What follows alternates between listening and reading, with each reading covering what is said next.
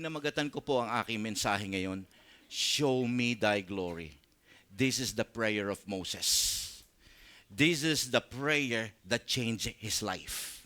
So ngayong araw na ito, pag-uusapan po natin ito. But before I start this sermon, gusto ko maiintindihan natin ang isang bagay, na pagka pinag-usapan natin ang glory of God, it has a lot of dimension. Ang unang dimension, ang ibig sabihin when you talked about the glory of God, you are talking about Jesus Himself. In Hebrews chapter 1 verse 3, ang sabi ng salita ng Diyos dito, that Jesus is the radiance of the glory of God. So when we talk about Jesus Christ, you are talking about exactly the glory of God o ang kaluwalhatian ng Diyos. Kasi madalas nating naririnig o kinakanta yung glory to God in the highest glory, but that is just ang ibig sabihin lang nun ay papuri sa Diyos. But when the Bible mention about the glory of God, you are talking about four different kinds of meaning. Okay? First, it means Jesus Christ Himself, Hebrews chapter 1 verse 3. And second, it speaks about the beauty of His creation. When, sabi nga ng book of Psalms, if you have your Bible with you, Psalms chapter 19 verse 1, ang sabi po doon ng gumawa ng Salmo, ang sabi niya, purihin ang Panginoon sa iyong mga magagandang gawa. Okay? Ito ang nagre-represent ng iyong glory of God. Gusto makita natin dito mga kapatid ko, every beautiful creation of God represents the glory of God. And there's another word for glory of God. Ito po yung preaching ko last Sunday. Sayang hindi nyo narinig. Ito po yung kapag ka ang Diyos po ay gumagawa ng mahimalang bagay sa buhay ng isang tao, lalo na't siya'y nangangailangan ng mahimalang bagay na ito at ito itinanggap niya. Ang tinanggap ng taong yon ay hindi lamang healing, kundi the glory of God. Okay? So gusto ko makunawaan natin. Ngayon po, yung pang-apat na meaning ng glory of God, the fourth dimension of the glory of God, ito po ang aking isi-share sa inyo ngayon. Pagka sinabi mong glory of God, it talks about the presence of God that fall upon that person. Pagka sinabi mo, Lord, kagaya nitong prayer po ni Moses. Ang prayer po ni Moses, Lord, show me your glory. Or kaya pinamagatan ko ang aking mensahe, show me thy glory. Ito yung tanging prayer na ginawa niya that really changes life forever. Okay? Bakit niya ito ipinag-pray? Bakit niya hiniling ito sa Panginoon? Pag-uusapan po natin ngayon ito. Handa na po ba kayo? Amen. Kasi gusto ko maunawaan natin when you talked about the glory of God and when somebody asked, Lord, let your glory fall upon me. You're not talking about parang salita lang. You are asking God to revive your spirit. Okay? Now, ngayong araw na ito, pag-uusapan po natin, ang ating pong teksto ay makikita sa Exodus chapter 33, verse 12 hanggang 23. So, medyo narrative uli ang aking preaching ngayon, kwento sa Biblia. Pero bago natin medyo tingnan yung istorya nito, gusto ko munang bigyan kayo ng background. Dito sa chapter 33 na ito, mga kapatid ko, naggalit dito si Moses sa mga Israel. Alam natin itong storya nito kasi nanonood kayo yata ng Ten Commandments, tama? Tayo mga Pilipino, kabisado natin dahil tuwing mahal na araw, nanonood tayo ng Ten Commandments. Now, bago po mangyari itong chapter 33 na ito, for 40 days, pinadala ng Diyos si Moses, umakyat siya doon sa Mount Sinai. Now, for 40 days, binigay ng Diyos yung kanyang 10 utos na naisulat sa bato na tableta. Ang tawag po doon tableta. Okay, hindi po yung iniinom ninyo pag may sakit kayo. Okay, yung po ay bato na chiseled out, okay, at doon isinulat ng Diyos yung 10 utos niya. So, matamang siya ay pababa, okay, at yun po ay madilim dahil gabi. Habang siya pumaba, nakita niya sa may kapatagan, nakita niyang may maingay at saka may mga apoy-apoy na He found out later on na ang Israelita pala na kanyang iniwan for 40 days ay nagpagawa ng rebultong guya. Okay? Image of a cow. Hindi ko natatagalugin dahil may mga hapon tayo. Okay? Image ng cow na yari sa ginto. At yun ang sinasamba ng mga Israelita. Galit na galit ngayon itong si Moses. Ano pinaggagawa ninyo?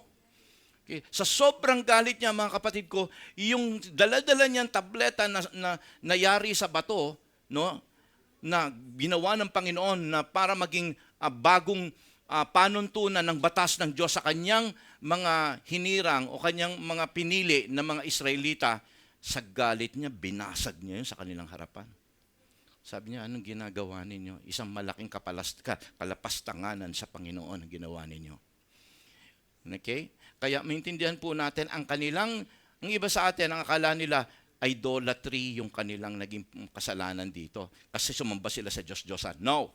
Ang kanilang naging kasalanan ay sobrang bigat. Hindi po idolatry, kung hindi the spiritual sin of immorality. Bakit immorality, Pastor? Kasi po, mga kapatid, kapag ka ikaw ay mananampalataya na at tinanggap mo na si Kristo at sinabi mong, Panginoon, ikaw ang pag-ibig ng buhay ko, at tapos meron kang inibig na iba, inibig mo ang pera, inibig mo sa sanlibutan ito, ito yung binigyan mo ng pagpapahalaga, higit sa Panginoong Diyos na sinabi mong mahal mo, na minamahal ka. Ibig sabihin nun, ikaw ay nagdagsil. You have been guilty of the sin of immorality. Mabigat. At ito yung naging galit ng Diyos. That's the reason why, kung babasahin po ninyo yung chapter 32 in the last part, at saka 33 from verse 1 to 10, magugulat kayo. Nagsalita dito si Yahweh, sabi niya gano'n, dahil galit ako sa bansang Israel na aking hinirang, at best, tatanggalin ko ang presensya ko. Or, at worst, lilipulin ko ang buong bansa ng Israel. So nayanig ngayon dito si Moses. Ang ginawa niya, nag-intercede sa Panginoon. Lord, wag mong kasi tinutusan mo ko para iligtas sila at bigyan sila ng sariling lugar doon sa lupang pangako. Lord, wag mo silang lipulin, or Lord, wag mo even tanggalin ang presensya mo. Dito na natin, okay, pag-uusapan ngayon ang istorya. Ito yung dahilan kung bakit nag-pray siya. Show me your glory, Lord. Buksan po natin ang ating mga Bible. We're going to read verse 12 hanggang verse 23 rito. Ito pong sabi ng salita ng Diyos. Moses said to the Lord, you have been telling me, lead these people, but you have not let me know whom you will send with me. You have said, I know you by name, and you have found favor with me. If you are pleased with me, teach me your ways so I may know you and continue to find favor with you. Remember that this nation is your people. For the Lord replied, my presence will go with you, and I will give you rest. Then Moses said to him, if your presence does not go with us, do not send up from here. Kita po natin dito, una pa lamang si Moses po, mga kapatid ko, ay nakikiusap sa Panginoon. Kasi po ang Diyos, okay, nagbago ang isip ng Panginoon dahil nag-intercede. Kumbaga, nakiusap itong si Moses sa Panginoong Diyos. Sabi niya, Lord, wag mong pong gagawin yan. Di po ba sinabi mo sila yung tao na pinili mo at kinakailangan ko silang pangunahan para dalhin sila doon sa lupang pangako? Lord, bakit babaguhin mo yung plano mo sa kanila, Panginoon? Alam po ninyo itong kagandahan kapag mayroong taong matuwid na mananalangin o magi-intercede para sa iyo. Kaya nitong baguhin ang isipan ng Diyos. Kaya napakaganda ng may intercessor sa iyo. Okay? Tama ang salita ng Diyos sa unang Thessalonica. Ano sabi ng salita ng Diyos? For the prayer of the righteous is powerful and effective. Now, Moses was the only man who prayed para, Lord, wag mo pong lipulin or wag mo pong alisin man lang ang presensya mo. Kasi both, kahit ito yung mangyayari sa Israel, both will be a bad situation for Israel. Isipin mo, tanggalin mo, at best tatanggalin niya yung presensya niya sa Israel. Or, pagka tuluyan nagalit na ang Diyos, lilipulin niya lahat, scratch na lahat ng chosen people. Kaya sabi ni Moses dito, Lord, wag, sabi niya pong gano'n. Panginoon, I know, sabi niya gano'n, you found favor in me, Panginoon.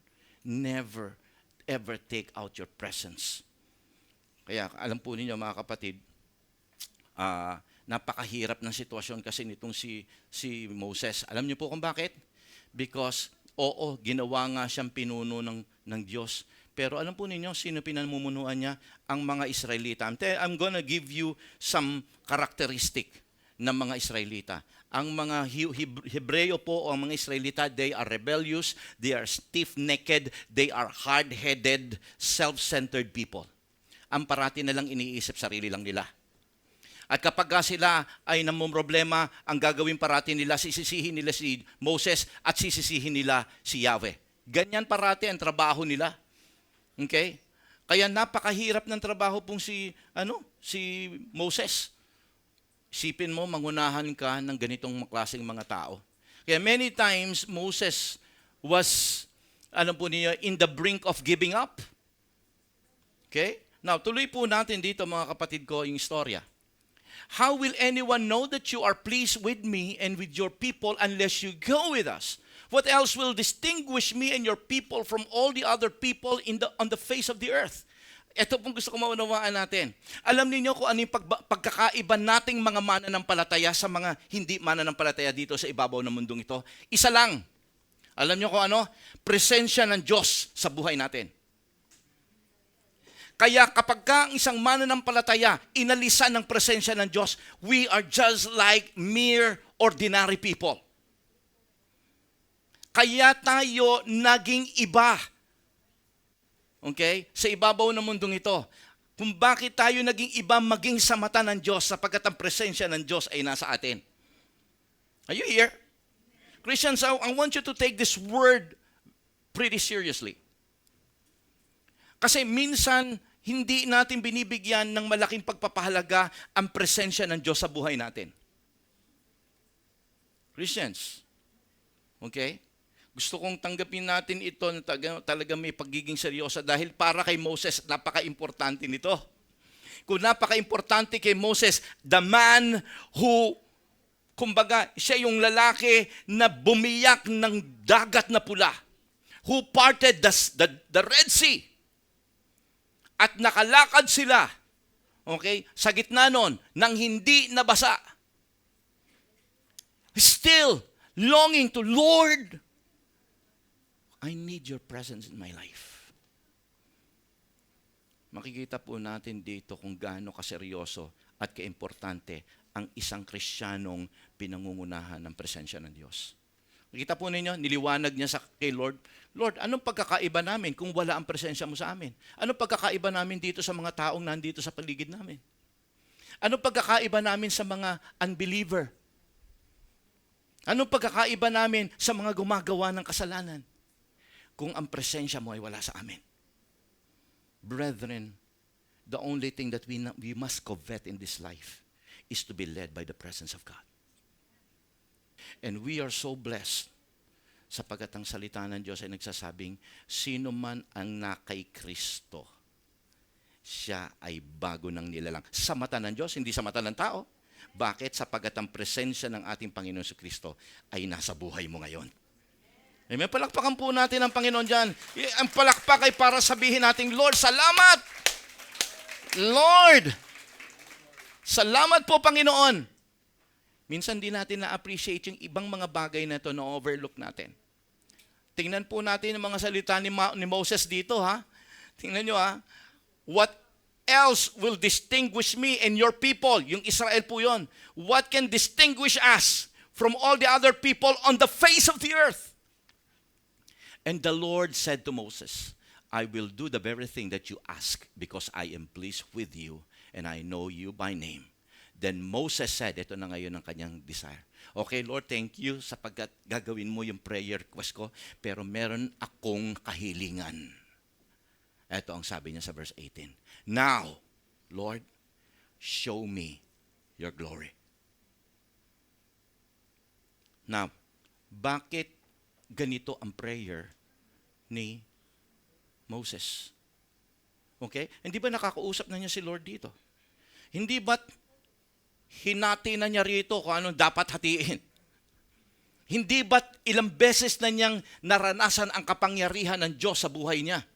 Nung siya ay nakipagtunggali sa mga pantas ni Paraon, nung ginawang yung mga baston ng mga pantas, ginawang mga ahas. Pero yung kanyang baston, okay, naging malaking ahas na kinain yung mga ahas ng mga pantas.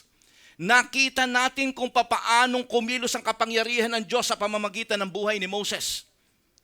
Napalaya niya at indeed nahatak niya ang buong Israel sa kamay ng pagkakaalipin ng mga Egyptian. And yet, nandito po si Moses.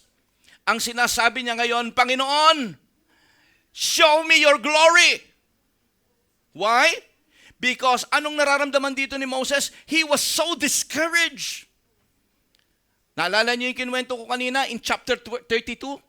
Anong sabi niyang gano'n? Nakita niya rito ang Panginoong, nakita niya yung mga tao na sumasamba sa Diyos-Diyosan. Siyempre, sabi niya gano'n, na ba naman, ginagawa ko na yung the best para sa inyo. Ngayon, eto na naman, ihingi ko na naman kayo ng kapatawaran sa Diyos. Ngayon, ang sabi na Lord, okay, i-restore ko sila sa original na plano ko sa kanila, pero pangunahan mo uli sila at sasamahan kita. Pero sabi ngayon ni Moses, Lord, pagod na ako. Yan ibig niya sabihin. Lord, babalik na naman ako sa ministry na to. Ito na naman mga tao na ito, ang pangungunahan ko. Hindi na ba matatapos yung mga problema ko dito sa mga taong to? Sino rito ang discouraged sa buhay? I mean, may mga bagay kang gustong mabago pero hindi mabago-bago. Mayroon kang hinihiling kay Lord na until now, hindi pinapakinggan ng Panginoon sa prayers mo. Sino rito somehow you're full of anxiety and discouraged dahil frustrated ka sa nangyayari sa buhay mo? Lord, may tanong ka, Lord, why? Parang ayoko na. Kagaya po dito ni Moses, mga kapatid ko, he many times in his work as the leader of Israel, many times he was right there at the edge willing to give up and quit and say, God, this is it. Nakakainis talaga itong mga Israel. Kaya alam po ninyo kung bakit si Moses hindi nakarating mismo doon sa lupang pangako. Alam niyo po ba kung bakit? Dahil sa ugali nitong mga taong ito. Sabi nga ng Panginoon, sabi niya, Lord, nauuhot ng mga tao, reklamo na naman na reklamo, sinisisi na naman ako, sinisisi ka na naman, Lord. Sabi ni Lord, hindi, sige, lumapit ka doon sa batong iyon at pagkatapos ay kausapin mo. Sa sobrang inis, busit na itong si Moses sa kanila. Sa sobrang pangungulit, sa sobrang kung ano-ano mga salita, sa galit niya mga kapatid ko, tao lang tayo, tama? Bumigay itong si Moses, instead na kausapin niya yung bato, tinapik niya yung bato. Thus, hindi niya nasunod yung gustong pagawa sa kanya ng Panginoon. Kaya nagdulot yon ng konsekwensya kay Moses. Kita ninyo? Ganun talaga. Kaya kinakailangan we must carefully obey God kung ano yung sinasabi niya sa atin. Kaya minsan, huwag tayong papadala sa emosyon natin. Hello? Pinagsisihan ni Moses yun. Okay? Kasi sa paligid-ligid natin, talagang minsan bibigay ka eh. Lalo na pagka nasa ministry ka. Kung naglilingkod ka sa Panginoon, nako, maraming ilalagay si Satan sa paligid-ligid mo para ikaw ay bumigay, ma-discourage at umayaw. Tandaan natin, okay, ngayong ikaw ay mananampalataya, sino mang mananampalataya tumanggap sa ating Panginoong Hesukristo, you are already a marked person kay Satanas. Noong dati hindi ka pinapansin ni Satanas, pero nung ikaw ay nagpalit ng leader at ang naging leader mo ang Panginoong Hesukristo, you are already a sworn enemy of Satan. Yeah, but praise God, gusto ko maintindihan natin dito bilang mga mananampalataya ngayon na hindi ka pababayaan ng Diyos. Pero kinakailangan, you must only make sure that you are always abiding upon the presence of God. Kagaya ni Moses. Okay? Now, tuloy po natin. Sabi po ng salita ng Diyos dito. Okay? Tandaan natin, nakikipag-usap dito si Moses dahil sobrang discouraged na siya. Para niya sinasabing, Lord, if I am about to reassure or reassume my leadership at babalik ako dito sa mga taong to, Panginoon, bigyan mo ng kalakasan ng aking buhay. Amen. And 17, sabi po rito, and the Lord said to Moses, I will do the very thing that you have asked, because I am pleased with you, and I know you by name. Then Moses said, now show me your glory. Okay? And the Lord said, I will cause all my goodness to pass in front of you, and I will proclaim my name, the Lord, in your presence. So makita po natin, later on, tinupad ng Diyos ang bawat bagay na gusto niyang mangyari sa buhay niya, ito si Moses. So, malinaw po rito that Moses made a strong appeal towards God. God, tulungan mo ako, Panginoon. Naging totoo siya sa kanyang nararamdaman. Ito ang dapat sa lahat ng mga mananampalataya. Yung maging totoo tayo sa Diyos at maging totoo ka sa sarili mo. Hello? Minsan hindi natin tinatanggap na eto ka talunan. Eto ka malungkot. Eto ka apektado. We just pretend to be, okay, God, everything will okay kasi Kristiyano ako. There's nothing wrong about that. Pero, nagiging totoo ka ba kay Lord? Kumbaga, nandyan ka ba at binibigay mo talaga, iniiyak mo ba talaga kay Lord yung bagay na nararamdaman mo? Kagaya po ni Moses. I'm telling you, kahit pumunta ka ngayon sa Israel and you ask anybody, any Israelite or Israeli, kasi tawag na nila ngayon Israeli, hindi na Israelites, any Israel citizen, at sabihin mo, who is the greatest leader of Israel? And everybody will answer you one name, Moses. Moses is the greatest leader. The greatest king, David. But the greatest leader and their deliverer is Moses.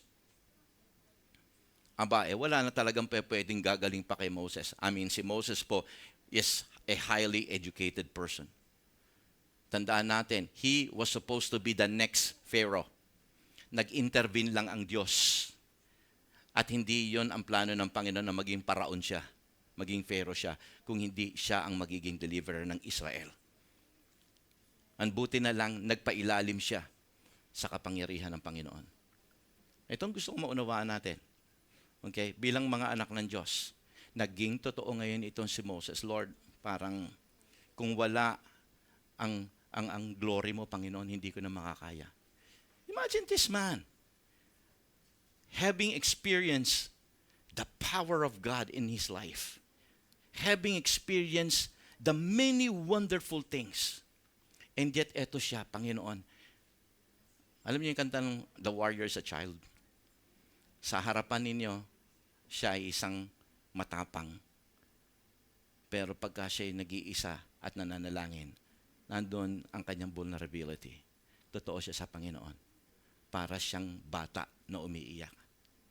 Na Panginoon, kung wala ka, hindi ko kaya ito, Panginoon.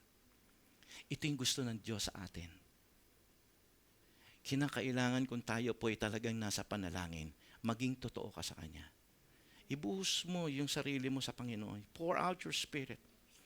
Dahil alam po ninyo, kapag tayo ay mga mananampalataya, mayroon kang destiny na sa Panginoon. Kahapon po nagturo po ako sa zone 4 dahil iniimbitahan na nila ako. Sabi ko, kapag ikay naging mananampalataya, meron kang dalawang bagay na patutunguhan at iyong lalakaran. Una, nung tinanggap mo si Kristo, you will have this, you have a divine destiny and divine destination. Destiny, sapagkat ngayong ikaw ay mananampalataya, anak ka na ni Kristo, makikita mo na at dito na ilalagay ng Diyos sa iyo yung plano niya. Kore-kara, ngayong tinanggap mo na siya. Ngayong ikay anak na ng Diyos. May destiny ka na. And you're gonna be used by God in a very mighty way na hindi mo iniisip na pwede kang gawin ng Panginoon. Gamitin ng Panginoon. Divine destiny. And divine destination. You know why? Sapagkat simula ngayon, sa oras na ito, nang tinanggap mo ang ating Panginoong Jesucristo, hindi ka dapat mag-alala kung mamamatay ka man because our divine destination is the kingdom of heaven. Amen? Ano, gusto ko ipakita ninyo excitement nyo sa Panginoon. Pagka pumalak kayo, Lord, salamat Panginoon. But you really have to understand that life is not over nung ikay tumanggap sa Panginoon. Kagaya na sinabi ko, you are already a marked man. The battle begins. Sapagkat may ipapagawa sa iyo ang Lord, and Satan will do all his best and in his power to stop you from becoming a successful child of God. Gagawin niya lahat yan. Lahat ng pang-iistorbo, lahat ng mga pagpigil, gagawin niya yan. Hanggang sa makita mo na lang ang sarili mong discouraged ka na. And here is Moses, a discouraged person. Lord, pangungunahan ko pa kaya itong mga taong ito? Puro complain, puro fault finding, puro grumble, puro blaming God and blaming me. Ang hirap, di ba? Araw-araw na lang, yun ang pinangungunahan niyang tao. So sabi niya, Lord, I'm so sorry. I'm so discouraged. Now, gusto kong paalalahanan muna kayo. Discouragement is not a sin. When you're crying and when you're down, it's not a sin. But, let me tell you, if you act wrongly sa discouragement mo, that is when you become a sinner. Pagka mali ang naging action mo sa iyong discouragement at hindi mo ito inilapit kay Lord, hindi ka nagbukas ng puso sa Kanya, doon ka ngayon magkakaroon ng maling aksyon and thus you will sin against God. Kaya importanteng maging totoo tayo sa Lord. Medyo sabihin mo nga sa tabi mo, maging totoo ka kay Lord. Yan. Maging totoo ka kay Lord. Yan. Yan. Magpakatotoo ka. Ayan, tama yan. Okay? So, thus, kaya naging yun ang desire ni Moses, Panginoon, gusto kong makita ang iyong kaluwalhatian.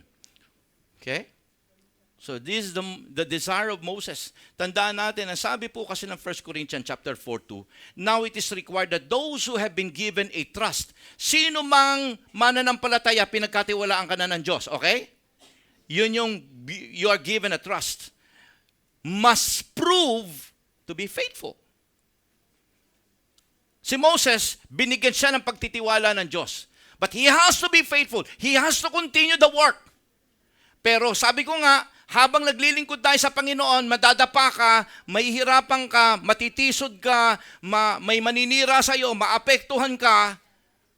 Ganyan ang buhay ng Kristiyano eh. Dahil may kalaban ka nga eh. Pero ang sabi ng salita nito, you have to prove yourself faithful. Nagpapatuloy ka. So anong dapat natin gawin? Kung meron man ngayon dito na nakikinig at sinasabi mong, parang ako yan, pastor, you have to pray, Lord, show me your glory today. You have to pray for that. Because today, talaga ito po ang prayer ko. Actually, kanina sa Goodma, grabe kulang, kaya medyo po na-late ako. Andito po ang Sister Loy ninyo. Grabe yung wind ng Holy Spirit. Hindi ko po talaga sila, gusto kong mag-pray para sa kanila. Kaya lang wala na akong oras. Okay? Nag-closing prayer pa nga po ako, may mga nag-move pa yung Holy Spirit eh. Because they experience the glory of God. And I'm praying the same. I'm praying the same maging sa mga kapatid natin na nakikinig ngayon sa Holland. Now, ang sabi po ng salita ng Diyos, ito ang nasa niya, Panginoon, nais kong ikaw ay makilala ko. Saan? Sa iyong mga pamamaraan, in your ways. Sabi po niya doon sa verse 13, if you are pleased with me, Lord, teach me your ways. Wow. Okay? Ang gusto ni Moses, Panginoon, yes, I will reassume my ministry. But God, ito ang gusto kong mangyari. Panginoon, turuan mo pa ako.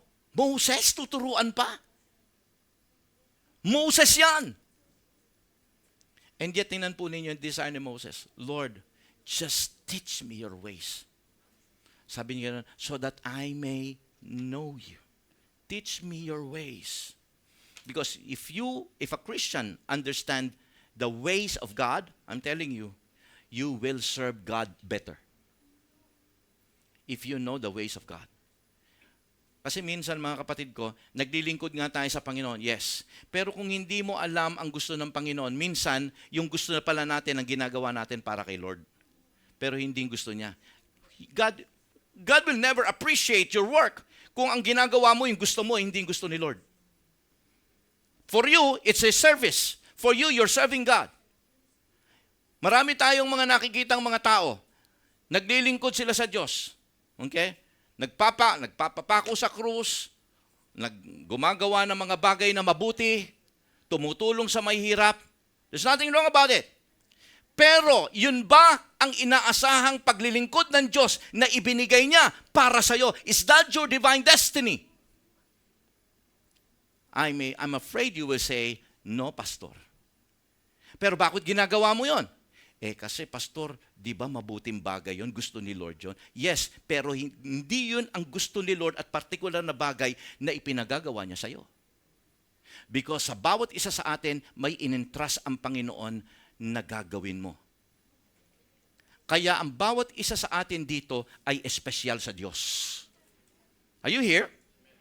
Espesyal ka. Bakit sinabing espesyal? Sapagkat may bagay kang gagawin, na hindi pwedeng gawin ni Che. Kaya bawat isa sa atin dito ay espesyal. Regardless kung may pinag-aralan ka o wala.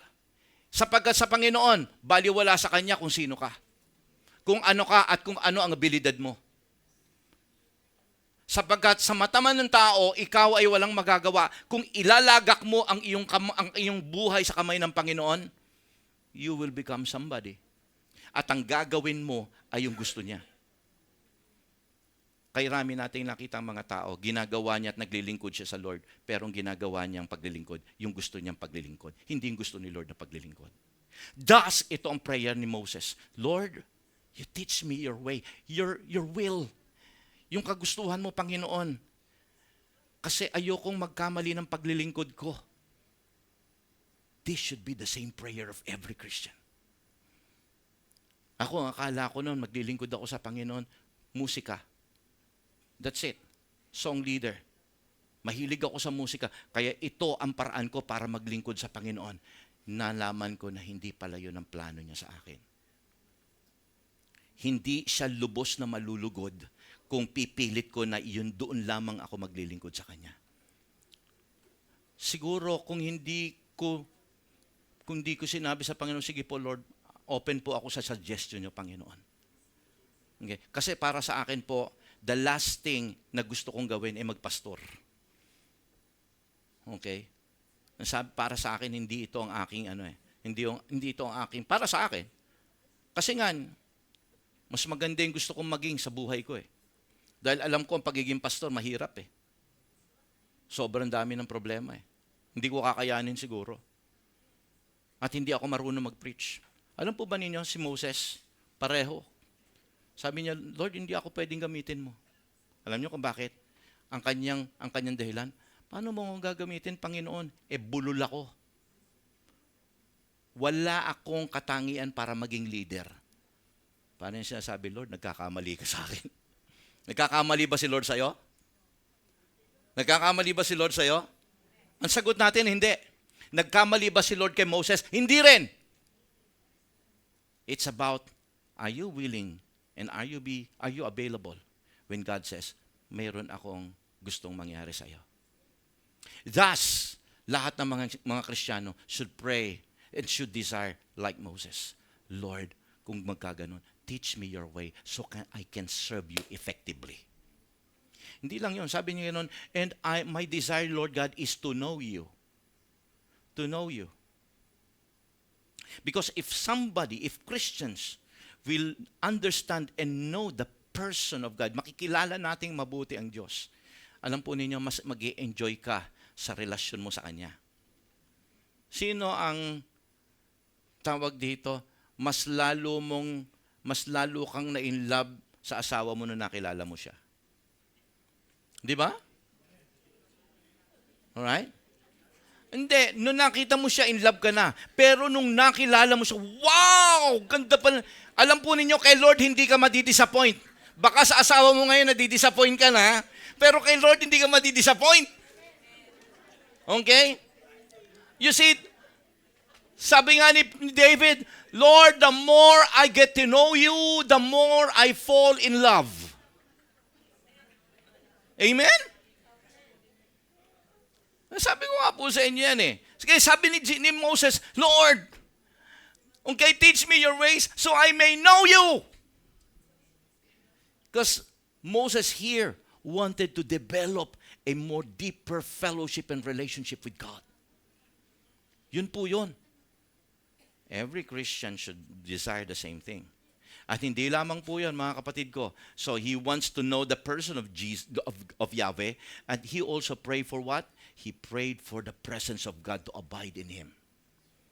Ayun sabi niya, okay, verse 15. Then Moses said to him, if your presence does not go with us, do not send us up from here.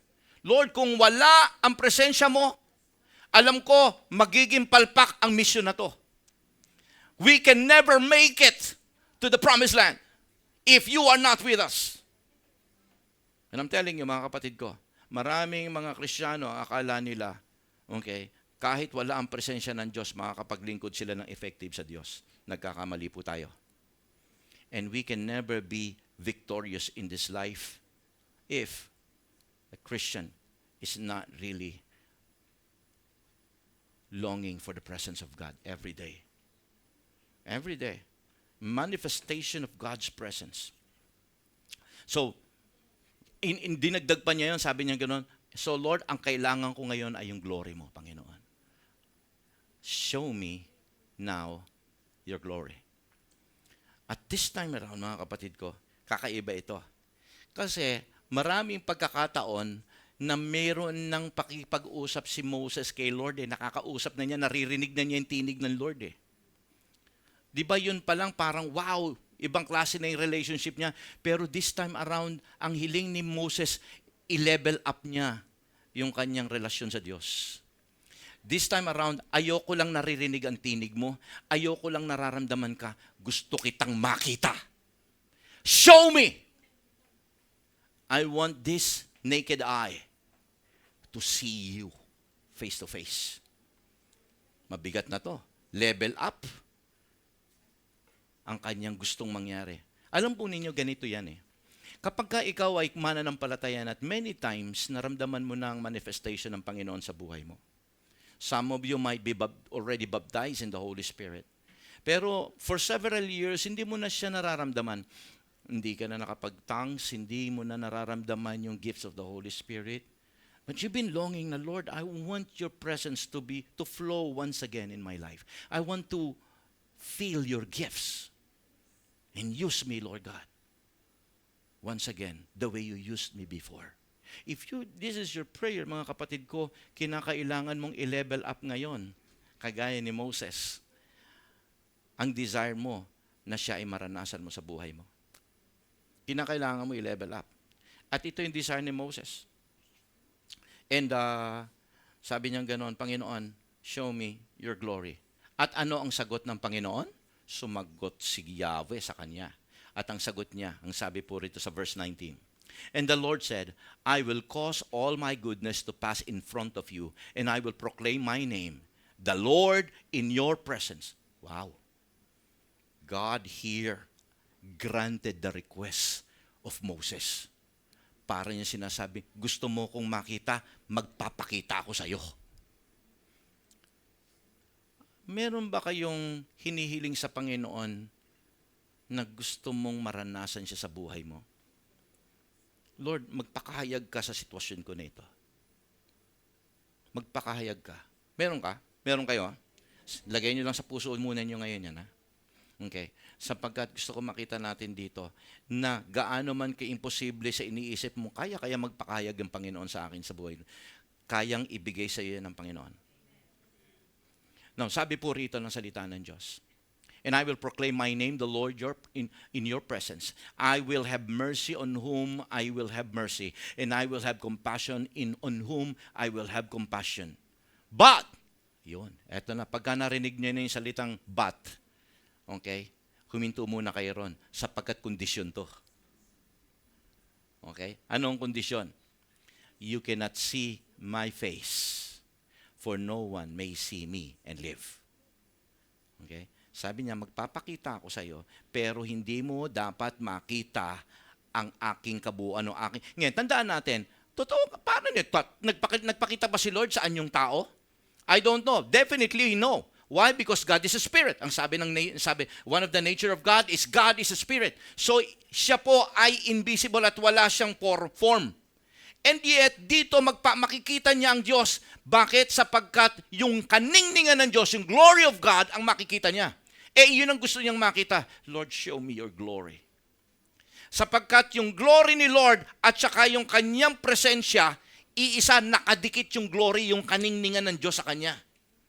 Kaya sabi ni Lord sa kanya, okay, pero hindi mo pwedeng makita yung face. Ibig sabihin nun, yung aking kabuuan, hindi mo pwedeng makita yan kasi mamamatay ka. Why? Because this physical body can never ever, okay, it will always succumb to the power of God. Sobrang kapangyarihan ng Diyos. Minsan hindi natin ito naunawa ang mabuti. Yung glory ni Lord, mga kapatid ko, can overwhelm this corruptible body. This body, kaya nga pagdating sa langit, hindi tayo pwedeng mabuhay ng kasama itong katawan na ito. It has to change. It has to be glorified body. Nakita niyo yung word na glory nandoon? Because if this body will not be glorified, it can never exist and never survive the environment of heaven. Why? Because the environment of heaven is covered by the glory of God. Ang sabi po ng Book of Revelation, yung kalingningan ng Diyos ang liwanag doon sa kalangitan. Ganun katindihan. Kung paano yun, hindi ko maintindihan din. Pero isang bagay lang ang nakita ko rito, kung babasahin po ninyo itong chapter 32 hanggang chapter 34 ng Genesis, mababasa nyo doon na yung mga tao nasa kapatagan, pagka tumingin sila sa gabi, nakita nila dahil nandun si Moses sa tuktok ng bundok ng Sinai. Yung tuktok ng bundok ng Sinai, mga kapatid ko, nagliliwanag. Yung tuktok ng bundok. Imagine niyo si Moses, nandun siya nag-iisa. Kaya ang sabi dito ng salita ng Diyos, hindi ka pwedeng mabuhay pagka nakita mo yung kabuuan ko. You should not see your face. See my face. But yung akin likuran, hindi po ibig sabihin yung likuran niya, yung puwet, yung likod, at saka batok. Hindi po yun. It's yung mga naiwan niyang kaliwanagan na nandito. Yun lang ang pwedeng mo makita. Doon makakasurvive ka. Pero yung kabuuan ng buhay, hindi po pwede. Nobody can see my face and live. So gumawa ng Diyos po ng paraan. Anong ginawa ng Diyos dito? Sabi po niya, okay, 21. And then the Lord said, there is a place near me where you can stand on a rock. Hey, andyan na po tayo. You have to stand on a rock. God made a way para masunod yung request ni Moses. Sabi niya gano'n, I have a proper place for you in this place. You have to be right there because if you will not be there, you will never see me. Itong place na to ay place na talagang inhanda ko para masunod yung gusto mo. So you can see me. There's a cliff, sabi niya, there's a place near me where you may stand on a rock.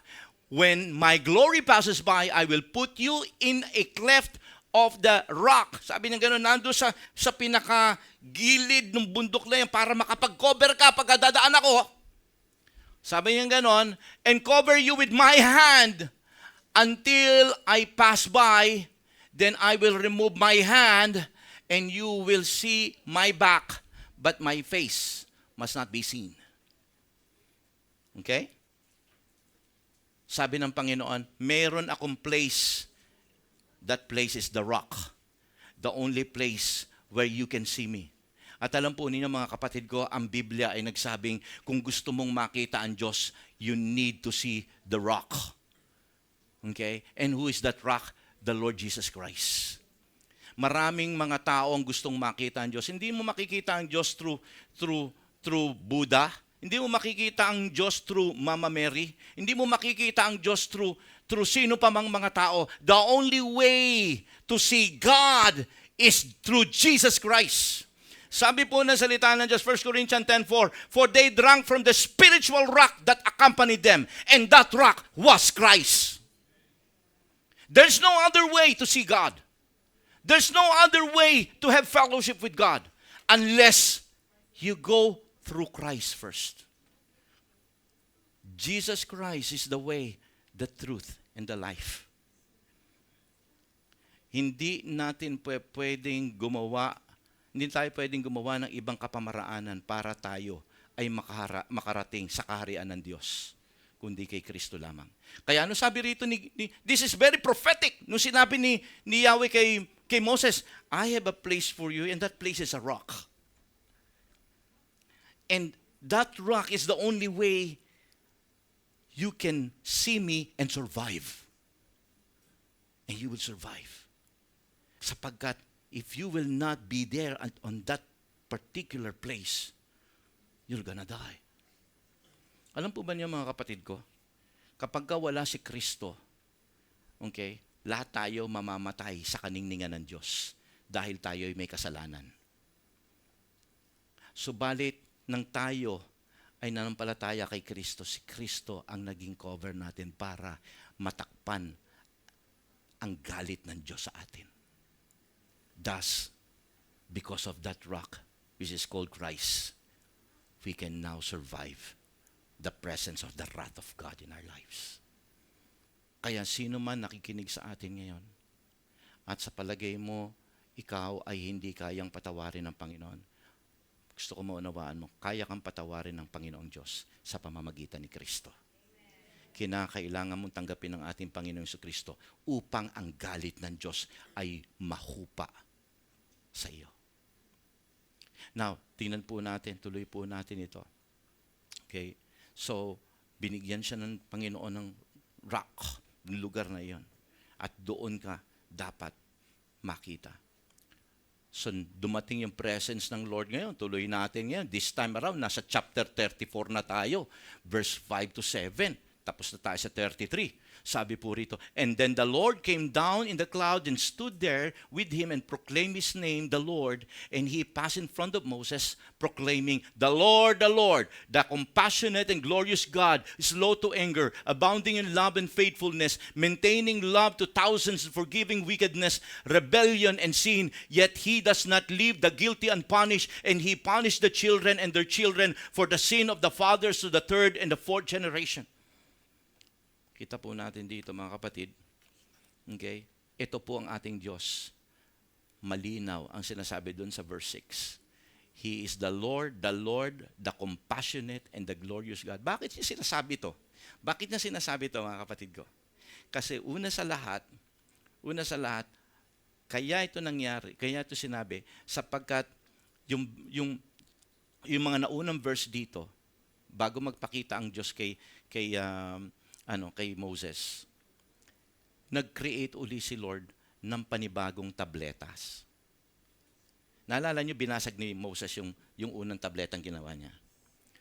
The fact na gumawa uli ang Diyos ng panibagong tableta na bato at inukit niya uling muli ang kanyang 10 utos, ang ibig sabihin nun, nire-restore ko na ang aking presensya, ang aking plano, ang aking magandang plano para sa Israel.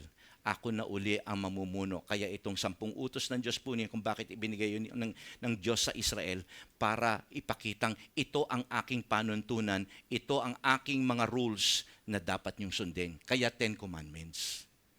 Yun ang rule ng Diyos. Kaya the fact na gumawa uli si Lord ng bagong kautusan sa bagong tabletas na yun, pagpapakita po ito mga kapatid ko, pinatatawad na sila ng Lord. Hindi na uli galit ang Diyos sa kanila. Ang babaw ng Diyos, ano? Amen? Buti na lang ang Diyos natin hindi kagaya ng tao, hindi damdamin ng tao. Kasi ang tao ang hirap magpatawad. Iisang tao sa milyong mga tao ang nagpahupa sa galit na puso ng Diyos. Wow! Paano na pagka dito sa Lot GM maraming righteous person? Paano na? Tingnan nyo na lamang kung anong pwedeng gawin ng Panginoon sa mga kapatid natin na nandito ngayon. Moses was alone. Si Aaron, si Miriam, yung mga utol niyang high priest sa panahon na yon, pumalpak lahat. But here, Moses prayed, Lord, wag mong ipataw ang iyong galit sa Israel. Wag, Panginoon. Makita po natin dito, kaya sinabi ngayon ng Panginoon dito, okay, I am the Lord, the compassionate and the glorious God, is slow to anger. Naku, puri na si Lord, slow to anger. Di ba? At tingnan po ninyo kung sino siya, abounding in love and faithfulness. The fact na nandyan uli ang 10 utos ng Diyos is the solid manifestation that indeed God is a God full of love and faithful. Maintaining love to thousands and forgiving wickedness and rebellion and sin. Sino ito? Di mga Israelita. Sabi niya ganon. And yet, He does not leave the guilty unpunished.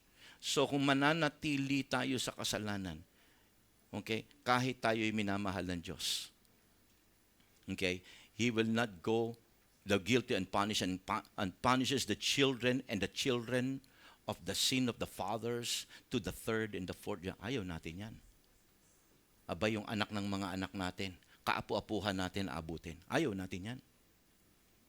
So dito, makita po natin mga kapatid ko, that indeed, God, okay, has manifested His presence to Moses. So ano naging resulta nito nung nagpakita ngayon ang Diyos kay Moses? Ano naging impact nito kay Moses?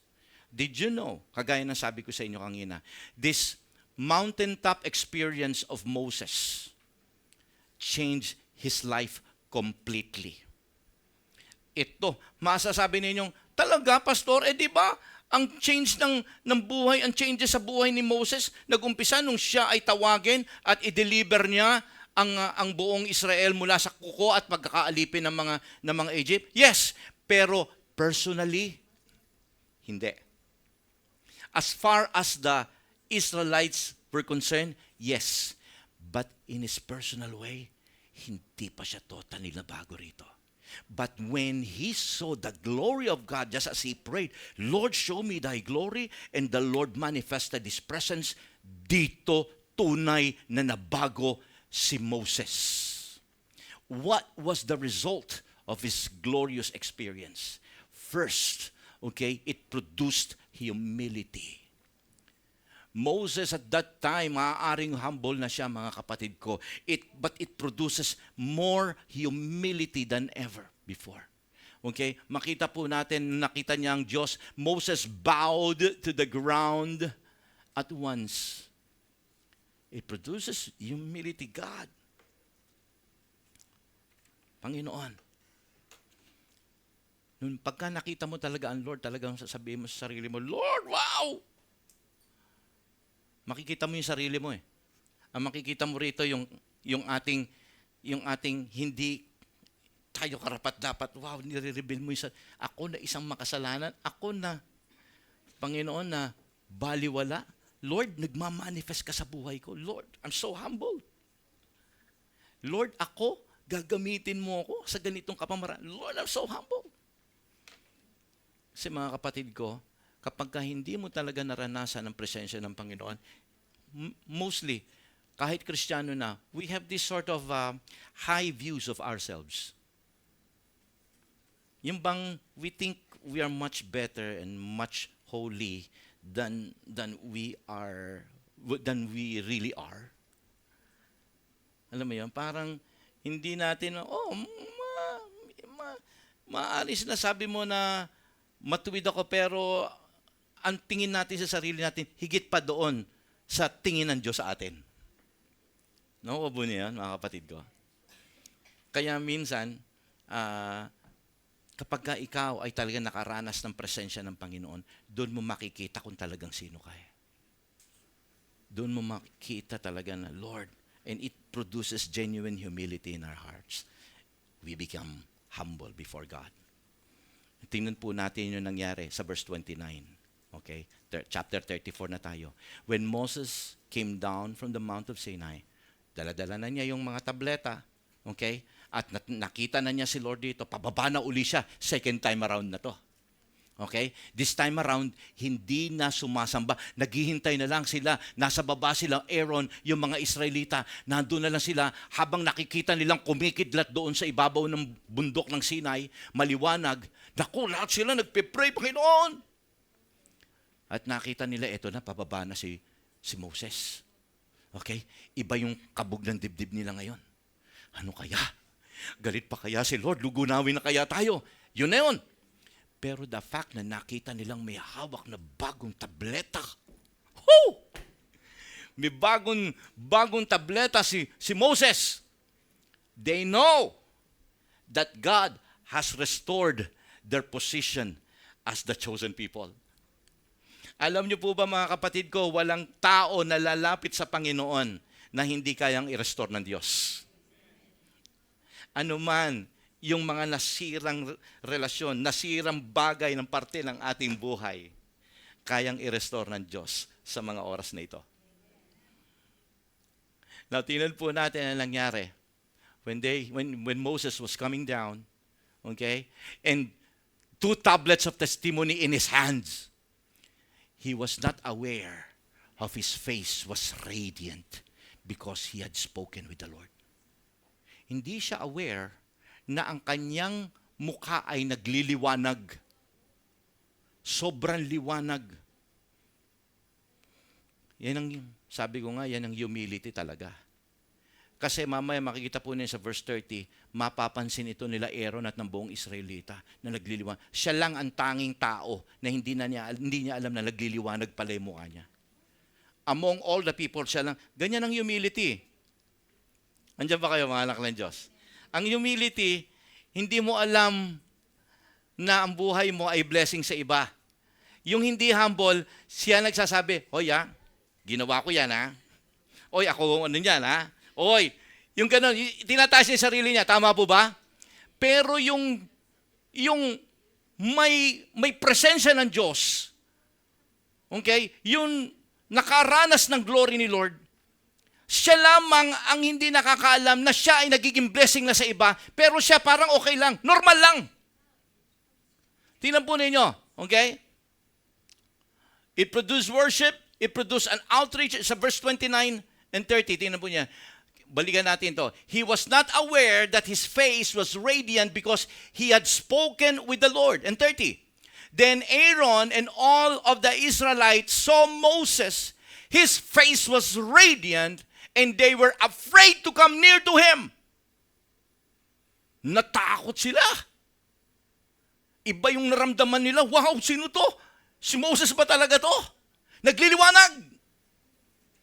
That is what I call talaga namang taong nakaranas ng presensya ng Diyos. Well, sa panahon natin, maaring hindi nagliliwanag ang mukha mo kapag naranasan mo ang Panginoon. Pero nable-bless naman ang mga tao sa paligid mo. These are the feelings of those people kapag kakasama ka nila. They feel joy, they feel the peace of God, they feel the presence of God, they feel encouraged because you are around with them. Andiyan po ba kayo, mga anak ng Diyos? Maaring hindi nagliliwanag ang iyong mukha, pero nagliliwanag ang iyong buhay sa kanila. Amen? Palakpakan po natin si Lord dyan. It was because of the result of your closeness with God. Moses was the same. He became even more closer with Yahweh. And the result, ang sabi ng salita ng Diyos, yung iba sa TV, ipinakita rito na pumuti ang kanyang buhok eh. Di ba? But the truth is no. The Bible is now beginning to explain to us, and explain ko ngayon sa inyo, that he was really radiant. He was shining. Talagang mamaya makikita po ninyo, hindi siya pwedeng makita ng mukhaan, lalo na pagkagaling niya sa tent of meeting, doon sa pakikipag-usap niya sa Panginoon. Kasi si Moses, gagawa po siya ng tent of meeting. Yung tent of meeting po na yan, ito po ay isang malaking tent na diyan niya inilagay yung tableta, yung 10 utos ng Diyos. At sa tuwi-tuwinang gustong makipag-usap ni Lord kay Moses, hindi na siya pupunta doon sa Mount Sinai, sa tuktok ng bundok na yun, kundi nandun na sa tent of meeting. Kaya tent of meeting, yari yun sa tent, pero doon siya nakikipag-meeting sa Lord. Kaya ang tawag doon, the tent of meeting. At ang tanging nakakapag-usap lang doon ay walang iba kundi si Moses. At sa tuwi-tuwinang pumapasok si Moses doon, okay? At lalabas siya, he has to put on veil. Because no person can look at even Moses' face. Kasi hindi nila naliliwanagan sila. Hindi dahil sa marumi sila, hindi. Dahil talagang nagniningning, radiant talaga. Makikita po natin mamaya yan. Okay? So malinaw po dito mga kapatid ko, ano ang naging resulta? Wow, nagkaroon po ng outward change. Outward change sa buhay ni Moses. At nagkaroon din ng tinatawag na special relationship si Moses kay God. Alam po ninyo, kapag ikaw ay nagkakaroon ng revival sa buhay mo, ito ang nagiging resulta. It makes you humble. It always wants you to, it always pushes you to worship God, to be in His presence. It makes you, it creates an outward change in your life. Kasi it's the result of what's going on between you and God. Kaya hindi ka ngayon aware na nagbabago pati pamumuhay mo, pananalita mo, pagkilos mo, marami mababago sa'yo. It is because of your closeness, your close fellowship with the Lord. At hindi lamang po yun, your relationship with God will grow. Wala nang ibang pinaka-importante sa buhay ng isang mananampalataya kung hindi mapanatili natin yung ating relasyon sa Kanya. The more you grow, the more you improve your relationship with God, the more you strengthen your faith with God. Andiyan po ba kayo, mga anak ng Diyos? That's the only way to strengthen your faith towards God, by improving your relationship with Him. You love to pray, you love to read the Bible, you love to share. Yan yung tatlong bagay. To read, to pray, and to share. Okay? That's how you improve your faith. That's how you improve your relationship with the Lord. Because kagaya na sabi ko sa inyo, dito natin makikita yung ways niya. Dito, sabi ni Moses, gusto rin niya makilala pang mas lalo ang Diyos. The Bible is the only way to know God. No more, no less. Not through mediums, not through horoscope, not through other man-made ways. The Bible is the only way to know Him. Amen? So makita po natin dito, nag-produce din ito ng magandang relasyon niya sa Panginoon. At basahin po natin, tingnan po natin. Verse 34. But whenever he entered the Lord's presence, ito yung tent of meeting, pumapasok siya doon, with him, he removed the veil until he came out. Pagka siya nasa loob ng tent of meeting, yung veil nakabukas. Nakikipag-usap siya sa Lord. But if he will now come out from the tent of meeting, and when he came out, okay, and told the Israelites what he had been commanded, dito sa ano yung sinabi ng Panginoon sa kanya, verse 35, they saw that his face was radiant, then Moses would put the veil back over his face until he went in to speak with the Lord again. Kita niyo ito? Dumating na sa punto na dahil sa kanyang closeness at pakikipagniig sa Panginoon, hindi lang nabago ang kanyang buhay, hindi lang nabago ang kanyang pakikitungo sa mga tao, kung hindi pati ang itsura niya nabago rito. To the point na kinakailangan niyang takpan ang kanyang muka sapagkat ang mga tao hindi na talaga siya sa sobrang kaliwan. Ito, maapektuhan ka talaga ng presensya ng Panginoon pagka nagbabad ka kay Lord. Ito nga madalas kong sinasabi ko rin to sa mga tinuturuan ko sa LTC. Walang sino mang nagbabad ng karne. Ibabad mo man karne, gulay, ibabad mo sa patis. Sigurado aalat. Siguradong maglalasang patis. Ganon din ang sino mang mananampalatayang magbababad sa presensya ng Diyos. Makikita mo, makakakuha ka ng glory mula sa Panginoon. Mababago ang lahat-lahat sa buhay mo. Maging ang outlook mo sa buhay. Dito nakita natin si Moses was changed personally when he started to say, God, show me your glory. This is the power of the glory of God.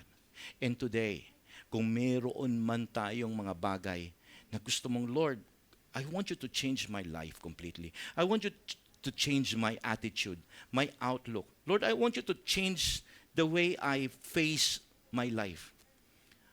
Mga kapatid ko, ito ang pagkakataon to pray the same prayer. Binigyan tayo ng magandang ehemplo sa istorya nito ni Moses.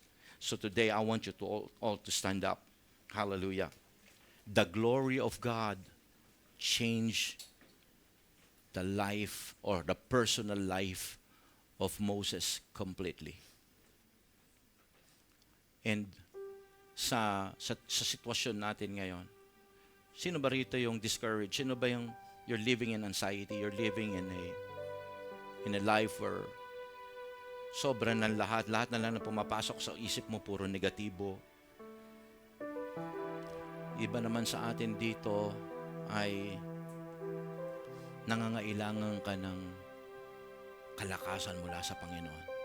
Because you're about to give up. You're in the brink of giving up. You're quitting. Sometimes you are disappointed. God, ito ba ang Christian life, Panginoon? Ulitin ko, I don't care kung inaabot mo na yung estado ni Moses. If you are a pastor, if you're a great leader, kinakailangan pa rin natin. Kahit si Pastor Monty, kinakailangan ko pa natin ng kalakasan at glory ng Panginoon. Kasi alam po ninyo mga kapatid ko, napakahirap magpagamit kay Lord. Maraming pasakit. Maraming hindi magandang bagay ang pwede mangyari sa iyo. Kaya ang Diyos lang ang pwedeng magbigay sa iyo ng tapang, ng lakas, ng encouragement. Siya lang ang pwedeng magbigay sa iyo ng lakas ng loob. Kasi alam po ninyo sa ministry.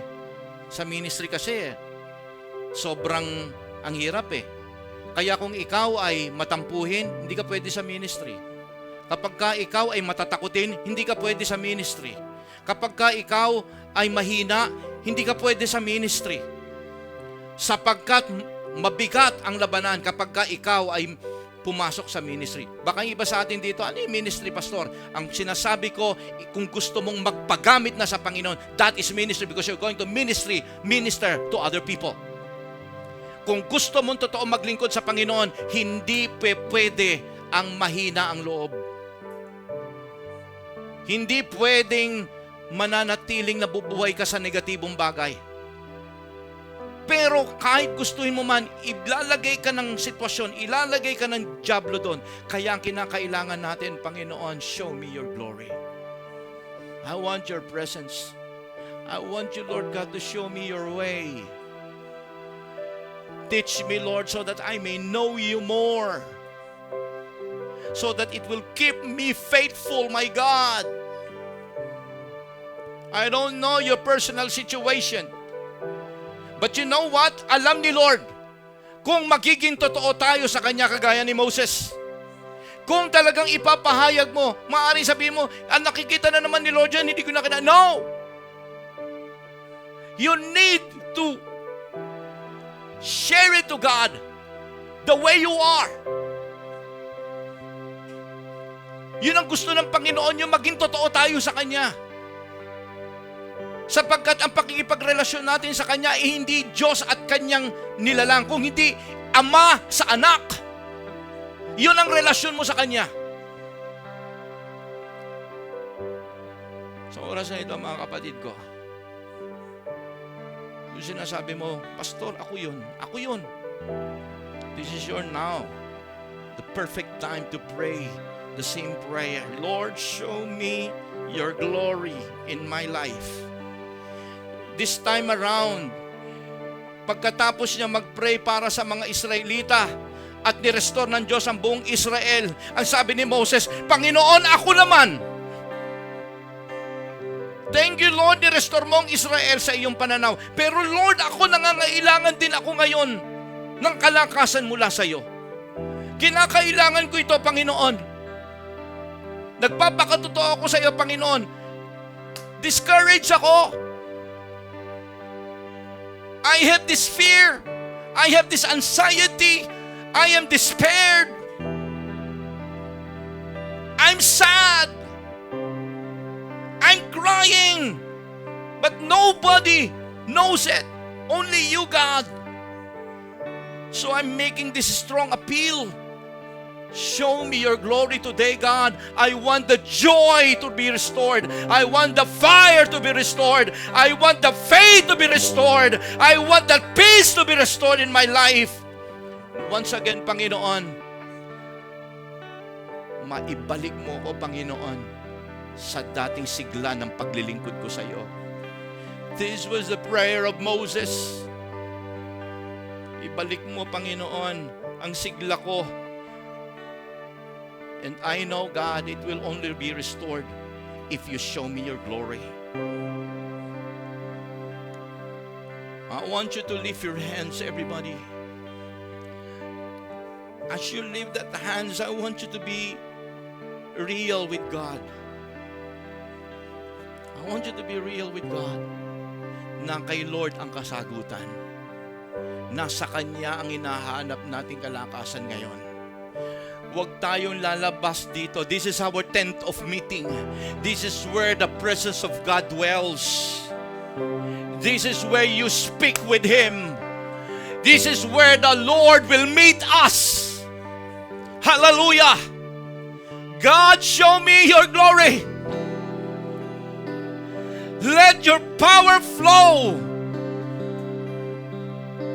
Katagpuin mo, Panginoon, ngayon ang bawat isa sa amin, O Diyos. Salamat po, Panginoon.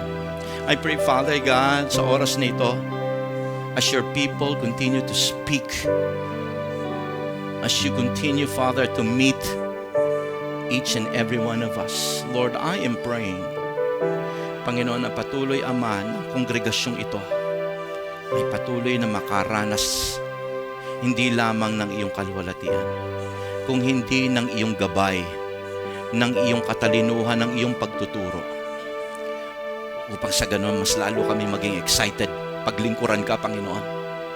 Lord, dumaloy ang iyong kapangyarihan sa aming mga labi, sa aming mga sisharan. Kapag nagbasa kami ng iyong mga salita, Panginoon, ng salita ng Diyos, Lord, mangusap po kayo sa amin. Turuan mo po kami, Panginoon. At sa aming mga panalangin, Lord, patuloy kami makasumpong nakasagutan. Muli, Diyos, sa iyo po namin maingat na binabalik ang papuri. Salamat sa aming kalakasan ngayong araw nito. We pray all of this in Jesus' name. Amen and amen. Palakpakan po natin ating Panginoon.